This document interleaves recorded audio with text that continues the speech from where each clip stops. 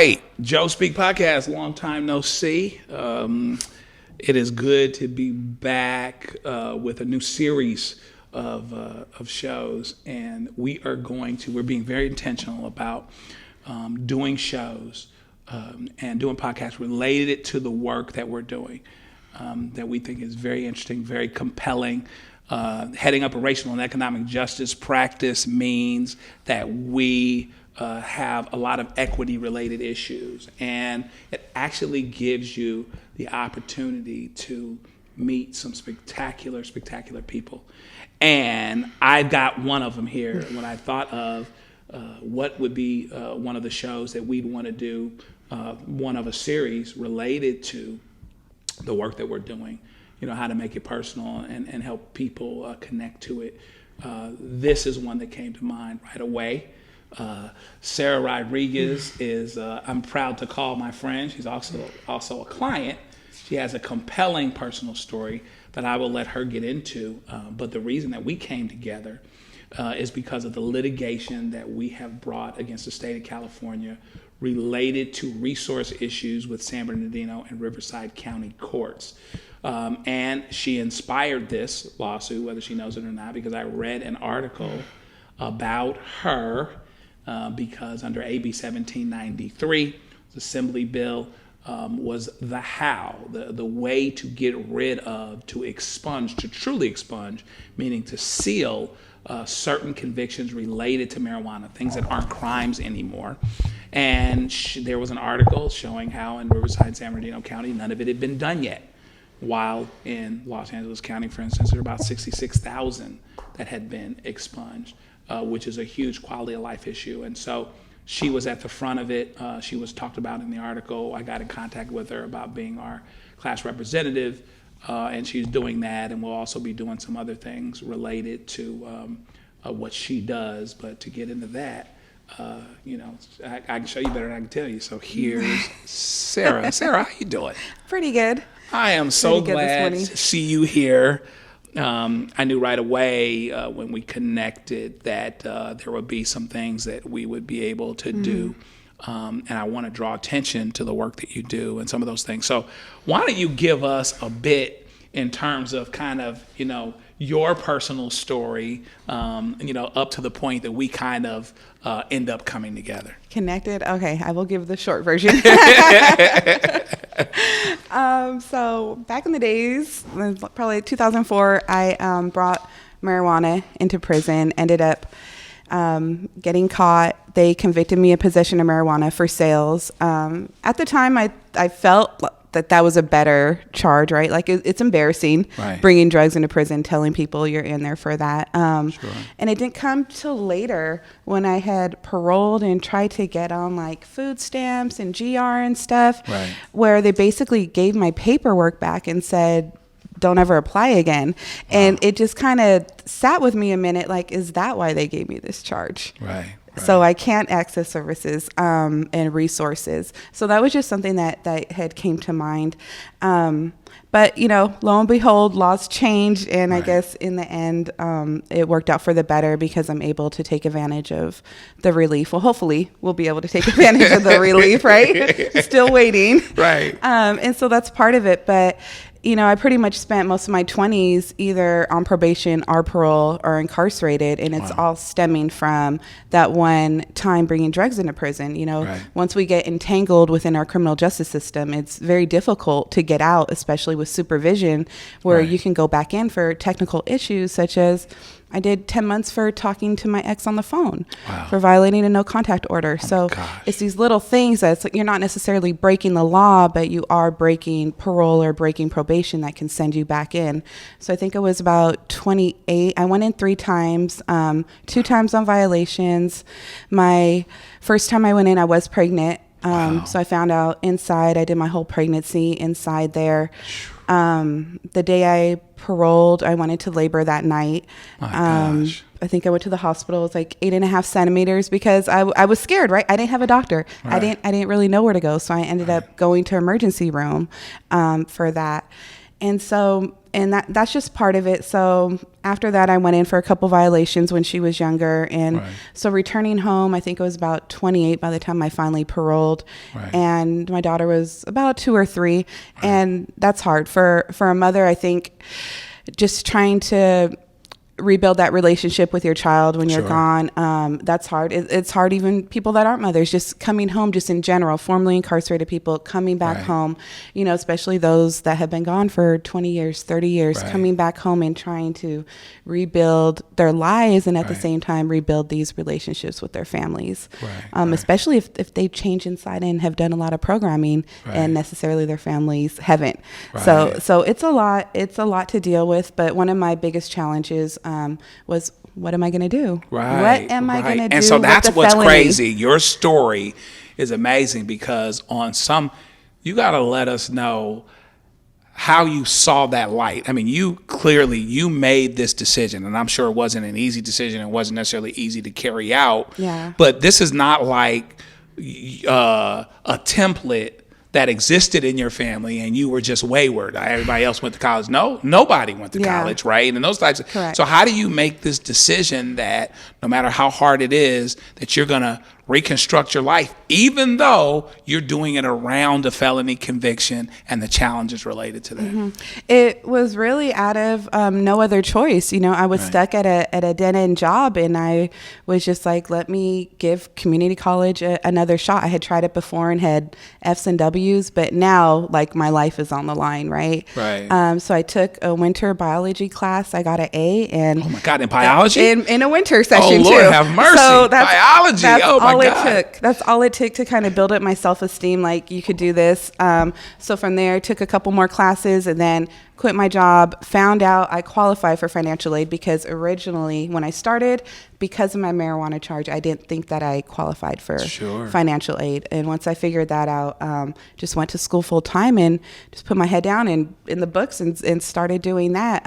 Didn't really know, how this would work. Would I be able, I'm going to major in something, but are they felony friendly? And so I had my own challenges as well, navigating higher ed. I was probably in it for about a year before they told me I need to pick a major. So finally I meet with a counselor and ask her, like, what kind of majors are felony friendly? And her response was, what's a felony? Wow. So I'm okay, I'm not going to get like any academic guidance from you, but luckily for me, I've always found like mentorship in my professors. So I talked to one of my psychology professors, and she actually told me her son was formerly incarcerated, has his PhD in psychology. And she actually told me very early on in my academic career that what I'm viewing right now as a liability may actually come to be an asset to me, depending on the population that I choose to serve. And I just kind of took that with me and just made plans to transfer onto a university with hopes of being able to get these questions answered as far as what can I do with a felony at that university. So you're still not totally sure. I'm still not totally sure, but I'm figuring it out. And, I'm finding and opportunities are knocking, especially like staying within this population of formerly and currently incarcerated. Absolutely. And so then you got your bachelor's and your master's degree. Yeah, so I went on to Cal Poly Pomona, got my bachelor's degree there in psychology, minor in criminal justice. And it was my senior year there where Project Rebound came to our campus. So they expanded from San Francisco to some more CSU campuses. And what that really did was, because at my time at Cal Poly, I knew I wasn't the only one formerly incarcerated with a felony, but I didn't know them. Like, we keep our head down, we don't say anything, we're embarrassed of it. But that's what Project Rebound really did, was help organize us. It was a program that brought the formerly incarcerated together. So I got to meet other students with incarceration histories. But aside from that, it connected us across campuses.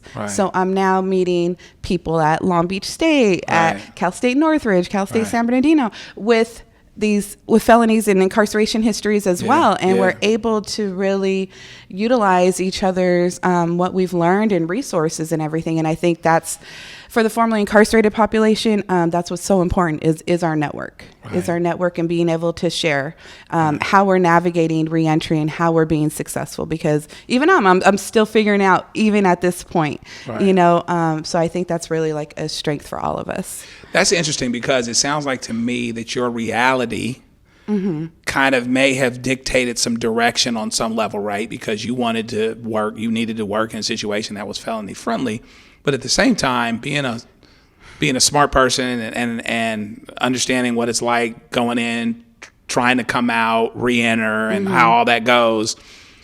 It's connecting to it. It's like, seems like it's connecting a dot for you in terms of, you know what, there's work to be done here, and I could see myself doing it. So it's like this, it's like your reality kind of met up with this passion, and that actually ultimately has you landing as a social worker, right? Absolutely.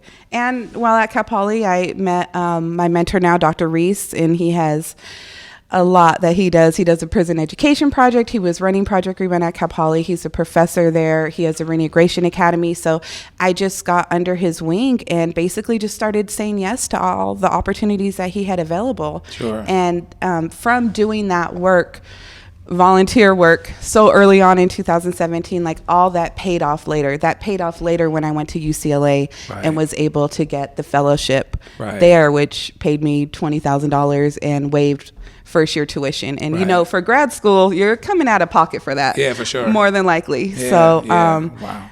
So that's the thing. I just started giving back early on, and from that was able to like increase my network, increase opportunities, and just really kind of fell in love with this work and being able to help people. So many of us, I think, want to give back from our own challenges and hardships of reintegration. Right. So let's talk about that a little bit, because, you know, you were saying that you talked to a counselor that didn't know what a felony was, right? And so I'm certain there are a lot of people hopefully watching this show that do understand that, but there's some that don't, or think about it in passing because that's not their reality, that's not their family's reality, you know, and those types of things. So give us a sense for some of the day-to-day difficulties about how convictions actually affect lives at really basic areas that a lot of people wouldn't think about, and then how it connected to, you know, your work in terms of the things that you're doing, how you help to make those things a little bit more easy to deal with, and how you help folks navigate. So for one, upon getting out, I wasn't working when I first got out, and I wanted to volunteer for my daughter's school, wanted to drive them to the museum or whatever, and no, you have to background check for that. So it's sometimes like these little things. Even at Cal Poly, I wanted to do an internship there, and I was upfront and told him about my felony, and he basically said I'd be a liability to the program.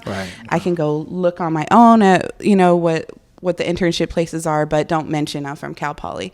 So sometimes, like as far as I come, we still get hit with it. Aside from just, of course, like jobs, you know, and I know they have like a lot of laws now, fair chance hiring and these kind of things, but sometimes, you know, they don't always get enacted in the spirit of the law, right? So they don't always come to play the way they're supposed to, which creates hurdles. You know that. That's why we're here. For sure. So how does your day-to-day work kind of help meet the recently incarcerated where they are?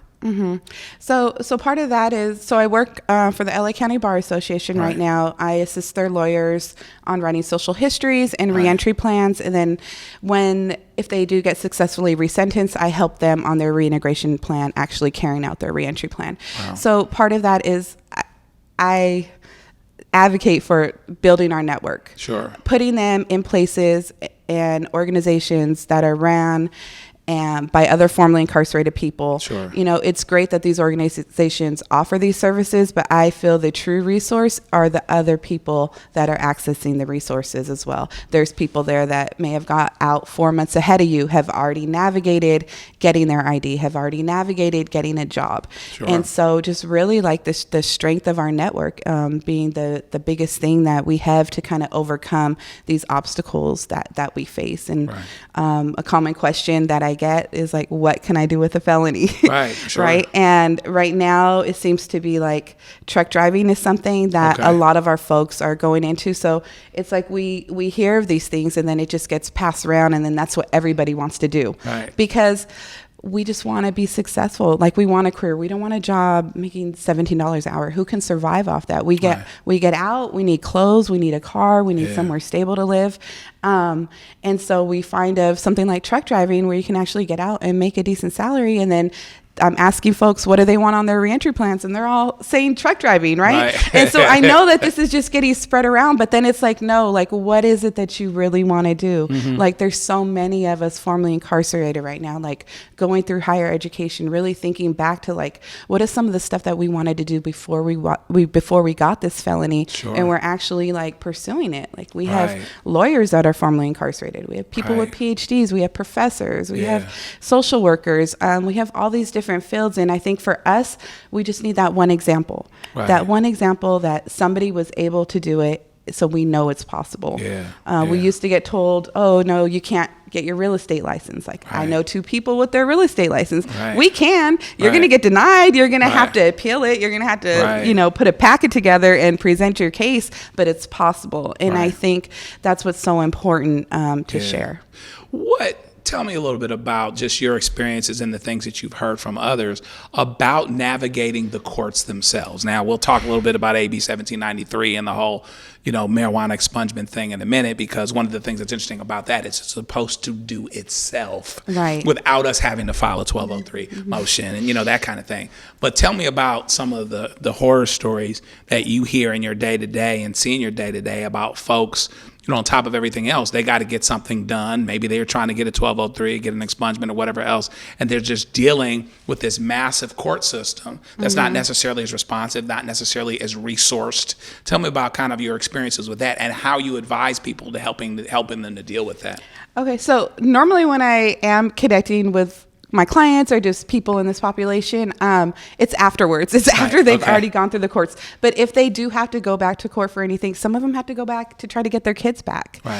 Some of these other issues. And I think just the whole experience of going through the court the first time when we did get sentenced, that's a traumatizing experience for a lot of us. So just even the thought of having to go back into the courtroom is just something that we don't want to dealing with authority, and, you know, they have our lives in their hands and everything. And so that's very traumatizing. And then it's also like the lines, the waits, the not getting information, that getting sent to one window to the other window. And you just get very stressed out and very overwhelmed. It's a lot to deal with, and you don't know if you're doing it right. And then at the same time, you're getting sent like on a duck chase, and that's how I felt when I went down to the court. I basically was shown from one window to the other window, told I gotta wait, stuff's in the basement, oh, go to this office. And it could get very overwhelming and stressful. And a lot of times the courts are not close to where you live. You have to take a day off work. And so it's just navigating it seems very overwhelming and very stressful. Then on top of that, you have the trauma that you endured when you originally went through the system that you just kind of don't even want to feel like dealing with again and opening up that box. And in your case, you actually needed to get paperwork in San Bernardino County, but you didn't live in San Bernardino County, right? No. You know. So talk about that a little bit, the difficulty with that, because a lot of folks will like to think, oh, okay, I'm close to this court now, but depending on where your crime was and what it is that you dealt with, you know, you actually might have to go reverse that, and depending on how many years back, might not necessarily be something you can get online. You got to go on microfilm. Some, you know, is down in some dusty room down in the basement. Absolutely. You know what I mean? Like, what are some of the things that you've had to kind of try to do from a paperwork standpoint? So for me, for starters, I didn't know whether I would be going to LA court or San Bernardino court, because I live in LA, but my case was out of San Bernardino. So I spent a day going down to LA court, doing all that just to get told, no, go to San Bernardino. Well, my court is Victorville. So I stay in Pasadena area, so that's a good hour and a half, 2 hour drive. First off the bat, just going there, not really knowing now with COVID, like, are they even open? Like, they're not picking up the phones. You know, normally for court, you got to be there by 8 o'clock and be one of the first people in line. But now with COVID, like, I don't even know what that looks like. So it's taking a chance just even going up there. And then once I'm going up there, it's like, which window am I even going to? So I start at the information window and then get told to go, I think, to the public defender's office. Oh, no, call this number. I'm told by the clerk. So I'm like, okay, so I could have called at home, but they weren't picking up. The clerk wasn't picking up earlier. Then So then I'm here, so I'm going to try every window, right? I try another clerk's window, and then she was able to locate some of my stuff, but then tell me it was going to be a while because my stuff's in the basement. My case is I don't know, probably close to almost 20 years now, right? Yeah, right. And so it's going to take a couple weeks. Like, luckily, I had somebody with me who was from the LA Times. I don't know, did seeing the badge on her help push stuff through? More than likely, because from there I went to another office to get some paperwork. I probably spent a couple $100s that day collecting paperwork. But then I got the call that my paperwork's ready when it was originally supposed to take like a couple weeks. And so it's just all of this not knowing who to ask. And even once we know who to ask, the information that we're getting back is not necessarily even sending us in the right direction or providing us the answers that we're looking for. Like, again, we're being told, like, wait, call this number, wait for a response, wait for an email, you know what I mean? But it's like, where is the avenue? I'm trying to get this done now. Like, this is affecting my job. I need this paperwork so I can send it in and get my licensing. Like, I need this now. I don't have time to wait.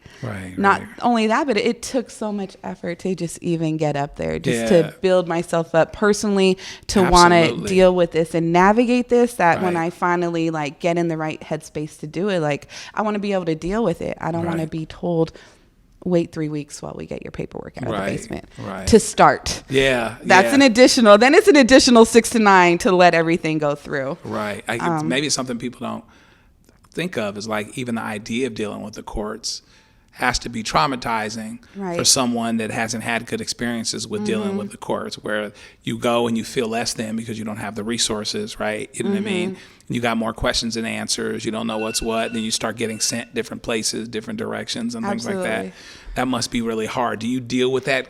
At what point do you, let me ask you this, at what point when you're dealing with your clients, do you kind of, I know you got a couple stories in your pocket that really would allow them to connect to you very easily. You're like, I know exactly what you're dealing with, coming from being in on the inside, you know, and dealing with and navigating the system.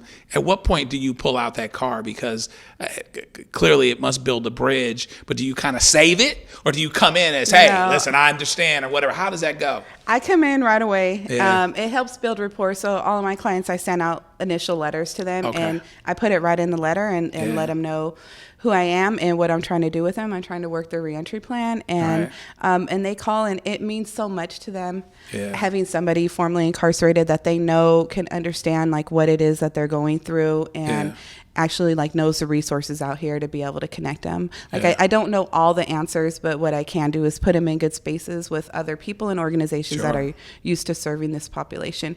But it absolutely goes a far way.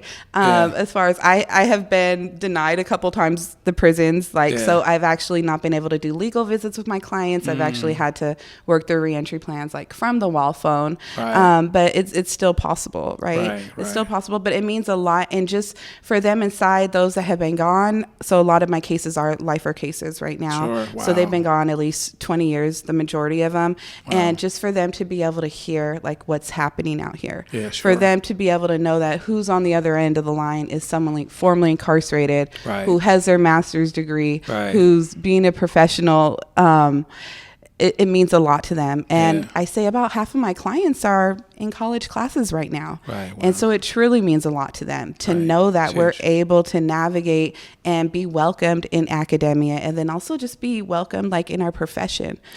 So that does mean a lot. And for them, you know, I write their social histories, and it's like they've had traumatizing, all of them, traumatizing childhoods, right?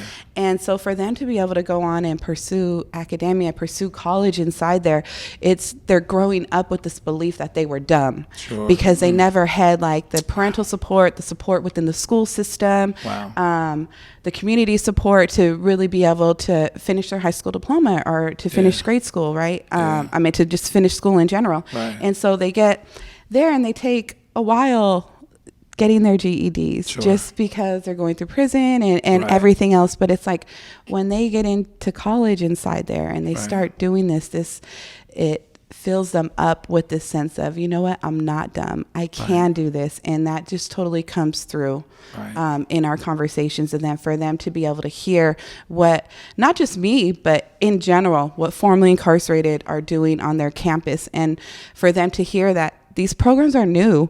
There's still space in here for you to get out and really take leadership positions on some of these community colleges, Cal State's, university, and the UCs as well. Like that's exciting to them. Yeah, that's huge. So, here you are going along, taking lemon and made all kind of lemonade. You got 2 degrees. You're handling business. You're working. Your reality is connected with passion for you. And we all hear whisperings about what's going to happen with marijuana potentially in terms of legalization. And then here comes the legalization of marijuana. And so that was the what, right? The proposition that got passed. And then here comes AB 1793. That's kind of the how, which basically was supposed to, without you having to file a motion and do anything yourself, have certain marijuana convictions, including the ones you had, expunged and truly sealed. You know what I mean? Where they're gone, where they're not there at all. Tell me what you were thinking about when that kind of came out. You know what I mean? And you hear about this. What went through your mind? Yeah, so I was in higher ed. So before it even got passed, it got close to passing. It was on like the year or two prior, and it didn't go through. And so I just kind of patiently waited, busy with my head in books. When it passed, super excited. For sure. I'm like, oh, great, this is awesome. Like I'm getting my degree. Like this will be perfect. And I was busy with school, so I was just kind of letting it all play out. I'm hearing that this is all supposed to happen automatically. I'm busy with grad school, internship, being a parent. So I'm just kind of letting it play out. And then it's also like the information. Like I live in LA County, so it didn't really occur to me yet, like if I'm going to be one of these people. When I hear LA County's clearing all these cases, I'm wondering, like, am I one of them? I didn't know. No, you are not one of them. You are not. And so I was really excited and just hopeful because I'm busy putting my life together, For sure. And so to hear that this passed, this legalized, this is like really a second chance for me, and this is all supposed to be done automatically, was really just a weight off my shoulder. It's just, Sarah, just continue doing what you're doing, and the universe is agreeing with you. Yes, it'll all come together, but that's not necessarily the case, right? I sat back and did what I was supposed to do and got my degrees and all of this stuff, and kept myself out of trouble, but the law was not enacted the way that it was supposed to be enacted. So it gets enacted, and as of about a year ago, as of the time that you were part of the article that made me discover who you were, none of the expungements for convictions in Riverside or San Bernardino County had occurred. I mean, not, my mom would say, not nary a one, not even one of them. Whereas LA County had cleared about 66,000. Santa Clara County, I think, wanted 15,000 or more or whatever else, and they were really happening in other places. What kind of went through your mind when you kind of saw that, hey, I still have this thing that's here that's supposed to be gone and supposed to serve and reward people like me, you know what I mean, and meet me where I am, but it's not happening. Just really kind of, I can't think of the right word right now in this moment, but just like, damn it. Maybe that's the word. Like, damn it. Why do I have to go? Just the thought of like navigating the courts, going back up there. Like, where do I even start? Do I start in LA? Do I start in San Bernardino? The thought of like going up to Victorville, doing the courts. It's COVID. What is that even looking like? What is the process looking like? And I did like inquire about it, and then I find out it's 6 to 9 months, and I'm like, I'm ready to go right now. Like I have my degrees, I'm ready to work. I don't have 6 to 9 months for this to clear. And that's what they're telling me. And so it's frustrating, and I can see why like a lot of people, say in San Bernardino or Riverside County, don't want to initiate, because if there's not a need right then, like right now I'm working. So is it going to affect me right now in this job? No, it's not. But I don't know where I'm going to be in a few months. Like, is it going to affect that one? Yes, it is. Like, I know I need to deal with this. It's relief there. So I know I need to take advantage of it as well. You know, if I ever want to volunteer for my daughter's school, or who knows, I know enough to know that the felony comes back and slaps me in the face every now and then. And it really reminds me like where I've come from, and I'm not there yet, you know? And so, but I can see how people where they're working and they're just trying to get rent and put food on the table, why this may not seem like, why do I need to do this right now? But still, like, it needs to get done, because it's one of these things that it's a process. We're working with the system. It's going to take time if we're doing it on our own, right? And so by the time we need it, when we need it, it's not going to be done, right? And it's going to take time to get it done. And so it's something that we really need to kind of stay on. And, you know, my hope is they get to the point where they are initiating this and doing this automatically like they're supposed to. So I don't know how many of us in San Bernardino, Riverside County have this conviction, but that so all of us don't have to go through this and re-traumatize ourselves going through court and initiate and pay money and pay time and all this stuff, when it should really just be done automatically. What are some of the larger issues? Let's say they get this resolved, and I'd like to think they will, because there's been another law, and then there's litigation.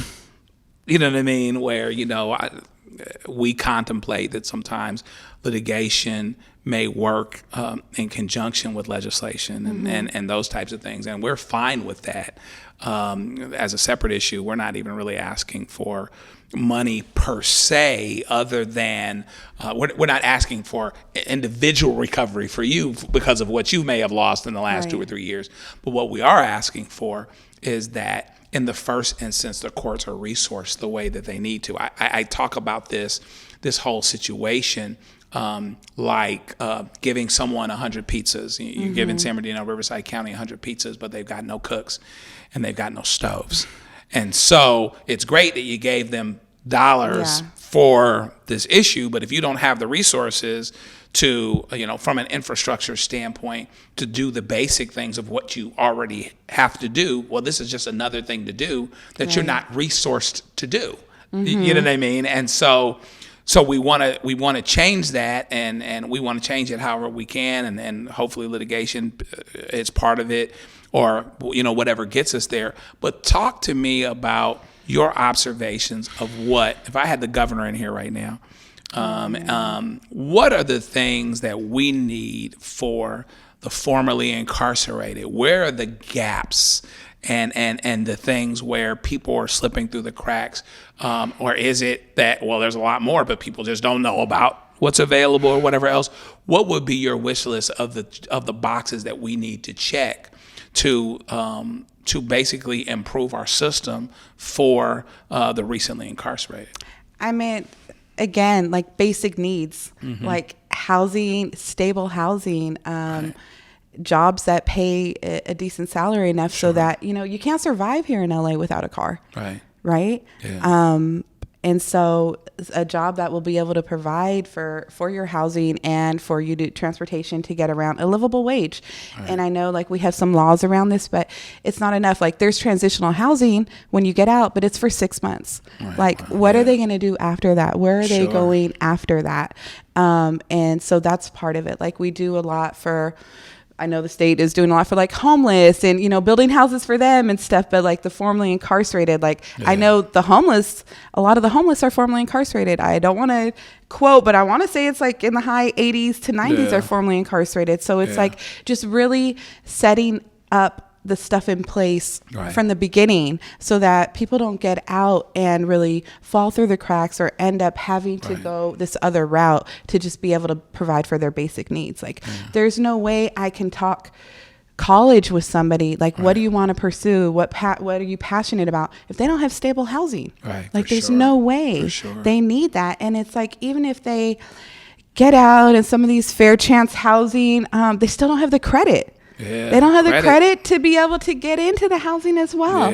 And so it's all these other little things. And I mean, whether that's making, like, transitional housing option longer for them, or setting up, like, apartment buildings for them. But I think housing is definitely, like, the biggest need for the formerly incarcerated population. And then just decent paying jobs, enough to make a livable wage. what would you tell somebody that's watching this that says, gosh, this has really been an eye-opener for me? How do I, as a regular person that's not necessarily formally incarcerated myself, or maybe I don't have anybody in this box, how can I be a help? Whether it's resources, information, awareness, how can people that want to help? Mm-hmm. Well, for one, voting for laws that Right. support formerly and currently there you go. incarcerated, Vote. right? Keeps coming up. Vote. So that's something that they could easily do. A lot of these organizations do have like volunteer and ally positions if they want to get involved. And I think at this point, with the incarceration rate so high, pretty much all of us have a friend or family member with incarceration histories. So Right. it's really just, a lot of times we just need encouragement. So just being there to be able to encourage the loved ones and the ones that that it's going to be okay, and just to try to support them in that way. And then also just try to connect them to us. Right. Let them know that there's a bigger population out here, that we are organized through organizations such as like Anti-Recidivism Coalition or Project Rebound, and get them linked up to those as well. And then also just within your job, like what can you do within your job to make it more easier and friendly for somebody formerly incarcerated? Mm-hmm. Like that means a lot to me. One of my mentors wasn't formerly incarcerated, but he was able to sit with me and help me identify some of the roadblocks that I may face. Sure. And he even mentioned how he